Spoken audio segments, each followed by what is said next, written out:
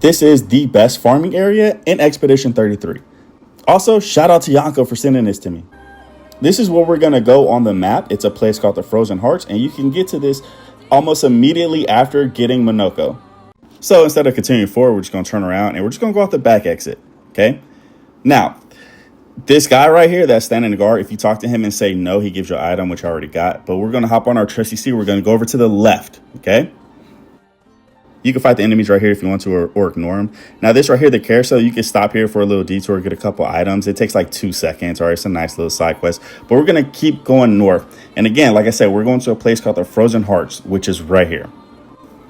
Once we're inside, we're just going to run until we see our first flag. There's no enemies in this area. There's only like a couple of items, so you can get those if you want to.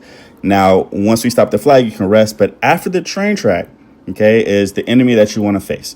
So we're going to cross over to the train track, and she's right here. The very first one, the fire and ice person right here, is who we're going to fight. Now, when you face off against her, she only has 2 moves. Be careful if your weapons have an ice affinity or a fire affinity, because you may try to parry and accidentally end up healing them. Again, they only have 2 attacks. One being this 3-hit attack right here, which is easily parried once you get the timing down. Okay. The second one will be their gradient attack, which you want to parry right as they're coming down.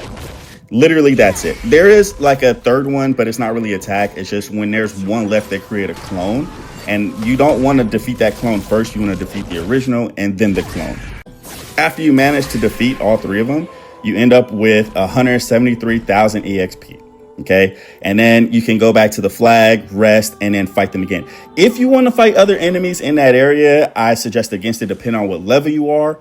But I would suggest against it. Again, I would just go back to the flag, rest, and come back and fight the same monster.